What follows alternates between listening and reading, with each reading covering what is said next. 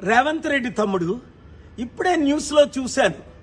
ఈరోజు నువ్వు media రిపోర్టర్స్ని attack చేయడం, అంతేకాకుండా 10 సంవత్సరాల వరకు నేనే ముఖ్యమంత్రిగా ఉంటానని. ఇప్పుడు మార్చి 15, కనీసం తాగడానికి మంచినీళ్ళు లేవు అమీర్పేటలో. మాకు ట్యాంకర్ని తెప్పించుకుంటున్నాం.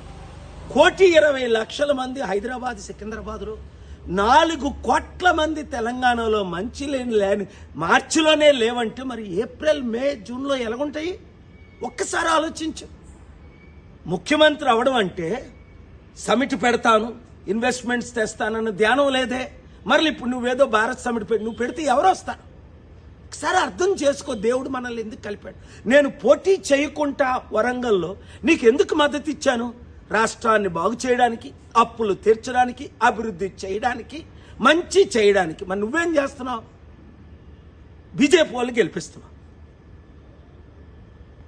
అలాగే రాహుల్ గాంధీకి, కాంగ్రెస్కి మూటలు మోస్తున్నావు అని అందరూ చెప్తున్నారు. ఇప్పుడు దోచుకోవడం, దాచుకోవడం, పంచిపెట్టడమేనా? లేదా ప్రజల మీద ధ్యానం ఉందా? నిరుద్యోగులు ఆత్మహత్య చేసుకుంటున్నారు, రైతులు ఆత్మహత్య చేసుకుంటున్నారు, మంచినీళ్ళు లేకుండా ప్రాబ్లమ్స్ అవుతున్నాయి, విద్యా వైద్యం అన్నది కనిపించట్లేదు. 15 నెలల్లోనే నువ్వెంత ఫెయిల్డ్ ముఖ్యమంత్రి అయితే, ఒక అన్నగా, శాంతి దూతగా, నీ అడ్వైజర్గా నాకెంత బాధేస్తుంది. కనుక ఈ వీడియో చేస్తున్నాను.